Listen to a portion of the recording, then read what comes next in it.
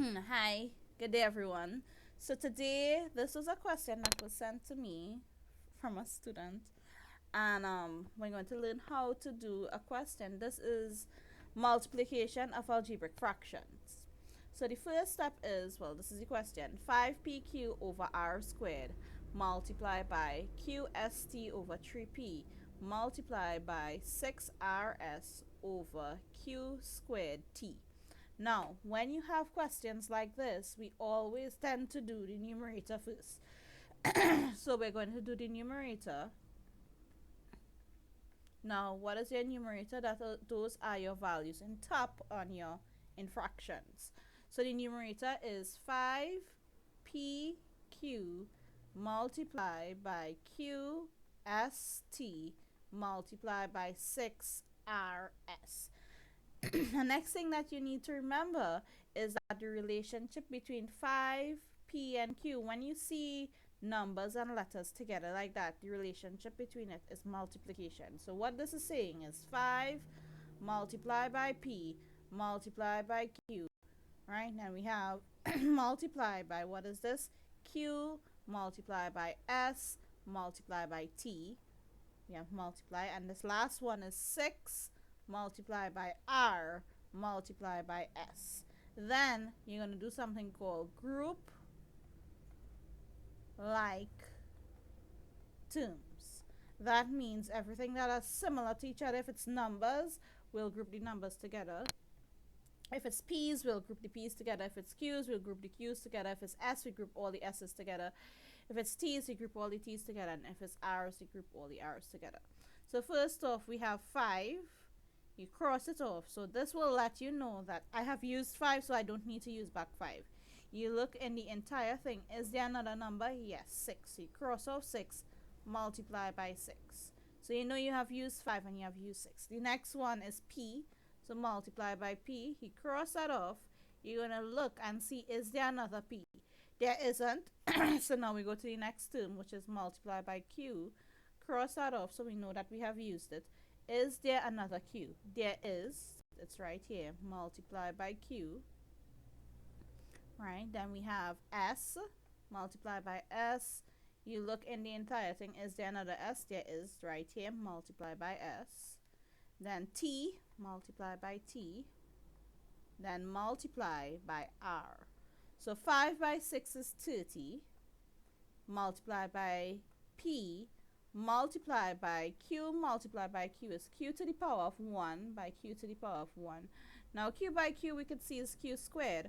However, if we had, let's say, Q to the power of 3 multiplied by Q to the power of Q, I would say use your laws, maybe not 3, but if it was a larger number, I would say use your laws of indices. What does your law of indices say? Your laws of indices state that if your bases, which is Q, the same, and you're multiplying those, you add your powers. So this would be Q to the power of 1 plus 1, which is Q to the power of 2. That is, you don't have to always do this, especially with the lower numbers. However, if it's Q to the power of 10 multiplied by Q to the power of 5, you don't want to be writing Q 10 times and multiplying it by Q 5 times, right? Simply just add your powers. Q to the power of 10 multiplied by Q to the power of 5 would be Q to the power of 10 plus 5, which is 15. That's just a note for any future questions that you may have to do. Multiply by S is S to the power of 2 multiplied by T multiplied by R. Now, I usually like to go in alphabetical order so that I would not miss out anything. So it would be 30. Now, multiplication is commutative, meaning it doesn't matter the order in which you put your multiplication, you'll get the same answer. So 30 Q P Q squared P R S squared T. So I'm just putting it in alphabetical order, right? So P first, so we have 30 P Q R S T, right? And as I said before, when you see numbers and terms like this together, it means multiplication, right? So I just rearranged it. Right, so we did the numerator. We got the answer to be that. Let's just put that up on there. Erase this. And put this up here. So this is equal. Well, the numerator part is 30 PQ squared RS squared T. Okay? And it'll be over. Now we have to solve the denominator.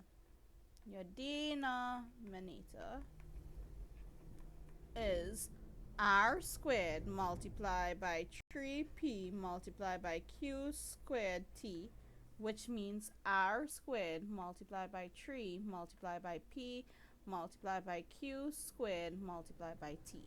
Again, when you have a letter and a number, or a letter and a letter together, the relationship between them is multiplication if there's no signs in between it.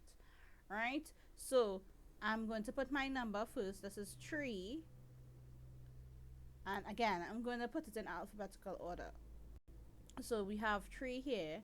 We have multiplied by p, then multiplied by q squared.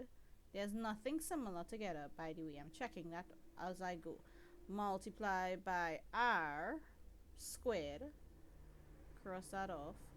Multiply by t. So this will be 3p q squared r squared t. That is a denominator. 3p q squared r squared t. Right? Now, when we separate this, we're going to separate the numbers together and the similar letters. So this would be equal to 30 over 3 multiply, because again, the relationship between these terms is multiplication. So it'll be 30 divided or over 3 multiplied by p over p multiplied by q squared over q squared multiplied by r over r squared multiplied by, there is no, in your denominator there's no s, so I'll just put s squared over 1 because your denominator does not have any s, multiplied by t over t. Now one of your rules for laws of indices, when your bases are the same and you're dividing, you subtract your powers. So if I had to write over this, this would be 30 divided by 3, 3 into 3, 1, 3 into 30 is 10. So it is going to be 10 multiplied by p divided by p. I'll put in it like this so you could see the laws. Multiplied by q squared divided by q squared. I'll put the similar terms in brackets so we can see it, right? Multiply by open bracket r divided by r squared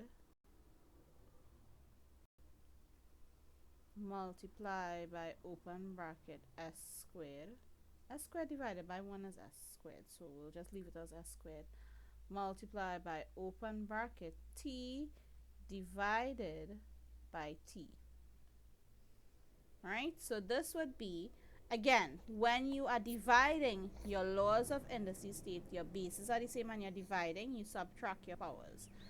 So this would be 10 multiply by p to the power of 1 subtract 1 multiply by q to the power of 2 subtract 2 multiply by r to the power of 1 subtract 2. If r stands by itself, it's to the power of 1, right? Or if any number or letter, sorry, yeah, any number or letter that stands by itself, it's to the power of 1. Multiply by s squared multiply by t to the power of 1 minus 1. Alright? So p 1 minus 1 is 0. Anything to the power of 0 is 1, okay? So please know that. So this would be 10 multiplied by p to the power of 0 multiplied by q to the power of 0 multiplied by r to the power of 1 minus 2 is negative 1 multiplied by s squared multiplied by t to the power of 0. Right now, again, anything to the power of 0 is 1. So this would be 10 multiplied by 1 is 10. So this turns to 1, this turns to 1, and this turns to 1.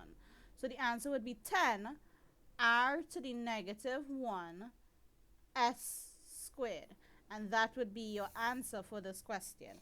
Now, please note some of the, just to recap, some of the laws of indices we use was if my bases are the same, I add my power. So a to the power of m multiplied by a to the power of n would be a to the power of m plus n. That is for multiplication. For division, bases are the same. M divided by a to the power of n, you subtract your powers. A to the power of m minus n. And then the last law that we use is anything to the power of 0. Just say a to the power of 0 is equals to 1. Anything, whether it's a number, letter, symbol, anything to the power of 0 is equals to 1. And that is how you would do questions like this.